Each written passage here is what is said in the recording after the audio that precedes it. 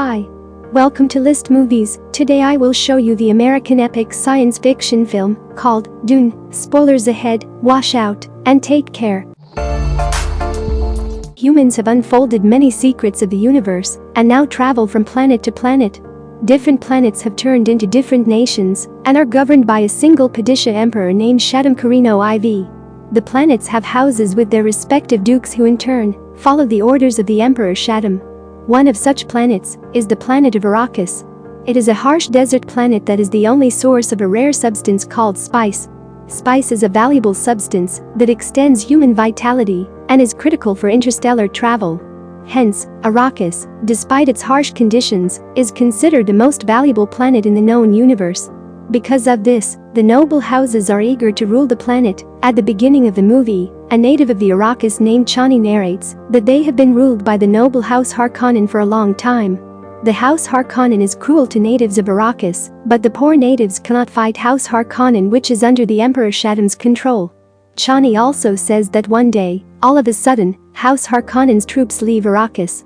But she is sure that the Emperor is going to send someone else to take their place and exploit their resources. The scene then changes to another planet named Caladan ruled by House Atreides. The Prince of Atreides, Paul, wakes up from a recurring dream. He has breakfast with his mother Lady Jessica, who is also a member of an organization called the Bene Gesserit. Bene Gesserit is an exclusive sisterhood organization whose members have advanced physical and mental abilities. Hence, Jessica also has the power to manipulate people's minds. She has been training Paul the organization's disciplines for a long time. Thus, Paul has powers to see the future and bears other unique powers that he has yet to discover. Paul's father Leto, who is also the Duke of House Atreides, has an important meeting with personnel from the Landsraad, the political body representing all the noble houses.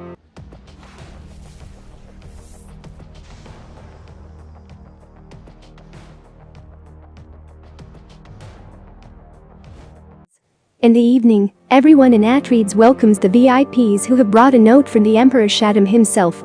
The Emperor, who has recently removed House Harkonnen from the Arrakis, wants Atreides to take Harkonnen's place. He wants Leto and his troops to be in charge of mining the spice from Arrakis. Duke Leto is apprehensive of the situation, but follows the Emperor's orders. Whilst in the meeting, Jessica notices a member of the Bene Gesserit organization, Gaius Helen Mohiam, staring at Paul. The meeting ends when Leto marks a seal with his ring, confirming that they will follow the orders and go to Arrakis. In the following scene, we see Atreides troops preparing to leave for Arrakis. Among the troop is their bravest soldier named Duncan, who is also Paul's close friend. Paul has been getting visions about Duncan's death in Arrakis, which he is worried about. Duncan assures him that he will be fine and leaves for the planet to prepare for Paul and the family's arrival. The following scene shows us Paul and his father Leto talking about various matters. Leto reveals that he has no interest in gaining wealth using the spice. Instead, he plans on befriending the people of Arrakis called the Freemen. Unlike the former Duke, Harkonnen, he plans to treat the Freemen with respect so they can be a valuable asset to Atreides. Later, Paul and his associate, Halleck, practice a duel. They have a wrist device that creates a layer of protective force around their body. Halleck is worried that they will be attacked by the jealous Harkonnen, so he asks Paul to be careful when they reach Arrakis. Elsewhere, in the House of Harkonnen, the former ruler of Arrakis, Duke Baron and his rogue nephew Rabban talk about their last ship leaving the Arrakis, leaving the planet to the Atreides. Rabban belittles the Emperor for taking them off Arrakis and handing it to the Atreides. But he is surprised when Baron reveals that the Emperor is actually planning on the Atreides' downfall because he is jealous of their growing popularity. The Emperor's plan is to kill Leto and all his men when they are mining spice in Arrakis. Back in the Caladan, Jessica wakes Paul up and takes him to a doctor to get his vitals checked. It turns out that the Reverend Mother Gaius Helen Mohiam has come to know of Paul's visions and wants to check if he is the one they have been waiting for. She makes him put his hands on a box and test his impulse control, which he passes with great effort. After Mohiam leaves, Jessica tells Paul that the female organization, Bene Gesserit, has been steering the politics for years from the shadows. And they have also been carefully crossing bloodlines in order to give birth to the one man who will have the potential to save Arrakis from spice exploitation. It turns out the test Paul just passed shows him to be the one they have been looking for, the Messiah of Arrakis.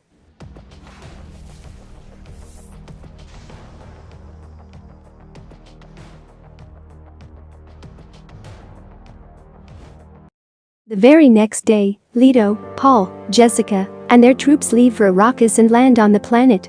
They are welcomed by the native freemen who have already been told that Paul is their messiah, although Paul himself believes that it is just a superstition. Later, he is in his chamber learning about a massive sandworm found in Arrakis.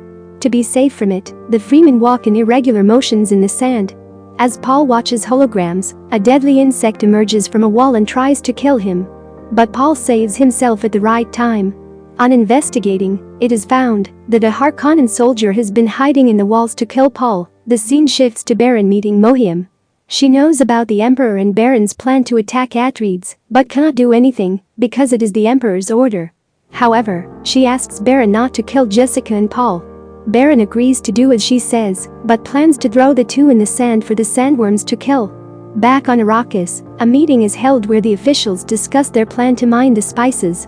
It is revealed that the Harkonnens have left them with damaged equipment, setting them up for failure. After a while, Paul reunites with Duncan, who had been sent to prepare for their arrival. Duncan says that he has been living with the freemen in deserts for 4 weeks. He tells them all about their ways to survive, and also about a freeman community called Siege and their leader Stilgar. Stilgar has also come to meet Leto. Leto offers him to work together with the Atreides, but Stilgar belittles him from taking from their land without any returns to the people of their land.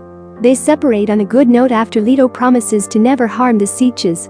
The next day, Leto and his team go to inspect the spice sand that they will be mining from.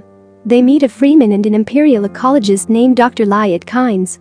She checks the integrity of Leto's sand suit, which is supposed to recycle sweat and urine from a person's body into drinking water. While checking Paul's suit, Kynes notices that he knows Freeman's ways of wearing the suit despite it being his first time. This makes her think of a prophecy that says their messiah will know their ways of life despite being from another land. Kynes also believes Paul to be the one. After that, all of them leave to inspect the spice sand. While sightseeing, they see 2 sandworms approaching the harvester that mines the spice.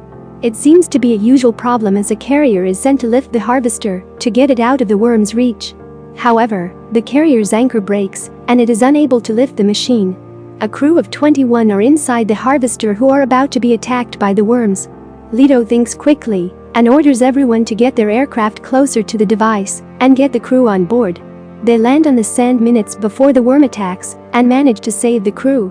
However, Paul sniffs whiffs of spice in the process and gets a vision. When he returns home, he is still dizzy and the doctor concludes it is an allergy. However, Paul claims that he saw a freeman girl in his vision, and he knows it wasn't just an allergy. He also tells Jessica that she is pregnant, but Jessica dismisses it. The scene then shifts to the Imperial Army planet, where a battalion is being prepared to attack Atreides and kill Leto and his family. They are called the Army of Sagikar, who are said to be the deadliest army in the known world. Back in Arrakis, the doctor brings Paul a medicine to help him with the allergies. But little does Paul know, the doctor has made a deal with Baron, and the medicine will make Paul unconscious. Leto and Jessica are also given medicines for their sleep. Jessica takes it but Leto doesn't. After a while the army of Sagikar attacks them. Leto wakes up and realizes what is happening. But before he can do anything, the doctor hits him with a dart that slowly makes him unconscious. Outside, the Sagikar army wreaks havoc in the place, taking the Atreides army by surprise.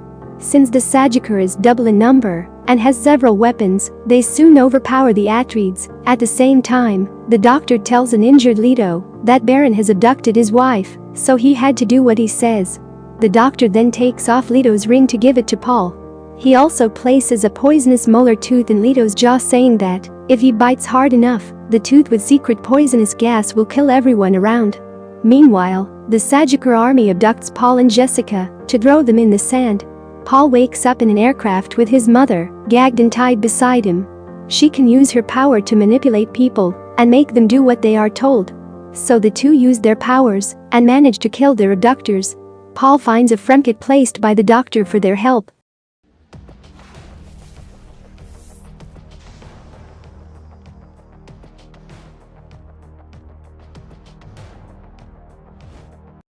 After that, they escape in the middle of the desert. In the meantime, an unconscious Leto is taken to Baron and stripped naked. The doctor asks Baron to free his wife, but he is instead killed mercilessly. Baron then tells Leto that his bloodline will end today. Seeing no way to escape, Leto bites onto his teeth and lets out a poisonous gas that kills everyone in the room including himself. Somewhere else, Paul and Jessica set up a tent using the kit. They also find a note from the doctor and Leto's ring. Looking at the ring, the two realize that Leto is dead and cry mourning his death. The following morning, Duncan approaches the Freeman Imperial ecologist Kynes and asks her to help look for Paul and Jessica. Back in Baron's palace, his soldiers come into the room after the poisonous gas has faded. They are surprised to see that Baron has attached himself to the ceiling and is somehow safe. At the same time, Paul gets high on the spice in the sand and starts to get visions of the holy war that is about to happen in the future. He sees himself killing millions of people, and the deaths make him hyperventilate. A worried Jessica calms her son down. Sometime later, he wears his father's ring, taking the title of Duke of Atreides. They are soon found by Duncan, who kneels in front of Paul calling him the Lord Duke. Then all three of them are taken to a safe place by Kynes. The place they are staying at is an old ecological station that was supposed to provide flowing water to Arrakis. If the project had been successful, Arrakis would have been a paradise. However, before the project was completed, the spice was discovered in the sand. Everyone's attention was diverted towards harvesting the valuable spice and the project was dismissed. A while later, the Sajikar army reaches the safe zone and attacks everyone. Duncan puts his life at risk to save Jessica and Paul. Paul yells at him to stop because he has seen Duncan's death in his vision, but Duncan stays put to fulfill his duty. Eventually, he is killed while fighting the army, but Jessica, Paul, and Kynes manage to run away. Jessica and Paul get on an aircraft that only holds 2 people. Meanwhile, Kynes asks them to head south to meet the Freemen who will help them in their cause. She plans to board an aircraft from another station. The mother and son fly away, but Kynes is soon caught by the Sajikar soldiers. They are about to kill her when she makes rhythmic thumping on the ground. The noise attracts a sandworm who kills all of them in one go. After that, Paul's aircraft is chased by 2 enemy aircraft. Paul enters their vehicle into an aggressive sandstorm, making their enemies believe that they are dead. In the following scene, we see Baron bathing in medicines to heal the injuries caused by the poisonous gas. His nephew Rabin arrives there and tells him that Leto and his bloodline are dead. Finally happy that his enemy house is destroyed, Baron orders Rabin to continue to harvest the spice and kill all the Freemen. Somewhere else, Paul and Jessica crash land in the desert but are safe. They change into the desert suit and start looking for the Freemen to ask them for help. Paul had learned about Freeman lives and knows the way they walk to avoid attracting the worms. They walk for the whole day, throughout which Paul gets visions of Freeman people and a specific girl telling him to not give up. The two stop to rest for a while when suddenly they hear a loud noise. Paul realizes that a sandworm is nearby. To save their lives, they start to run, only to be chased by the worm even faster. It emerges from the sand and is about to engulf the two but stops midway. Someone had set off a thumper to help them. Just then, the leader of the Freemen, Stilgar, and his group surround them. It is soon revealed that they plan to kill Paul and Jessica for the fluids in their bodies. Stilgar stops his men, saying that Paul is the Messiah they were told about. The others do not believe him, saying that Paul hasn't yet proven himself, so he cannot be the Messiah. One of them insults Jessica, calling her old and a weakling. She proves herself by holding the man hostage with his life in her hands. After that, the leader asks everyone to make their way to the Siege Tabor, where Paul and Jessica's fate will be determined. Just then, the girl from Paul's visions arrives in front of him and introduces herself as Chani. As they prepare to leave, one Freeman named Jamis insists on having a duel with Paul. In Freeman's tradition, all duels must end with someone's death. Paul, who has been training all his life, easily defeats Jamis, but he hesitates to kill him because he hasn't killed anyone in his life. At last, Paul stabs the man to death and wins the fight. Then, the others pack the dead body and make their way to the Siege Tabor. The movie ends when Paul sees a man riding a massive sandworm and Chani tells him it is only the beginning. The ending of the movie makes it clear that there is much more to come in the sequels. Subscribe for more videos like this, turn on the notification, and leave a like to help the channel out. Thanks for watching.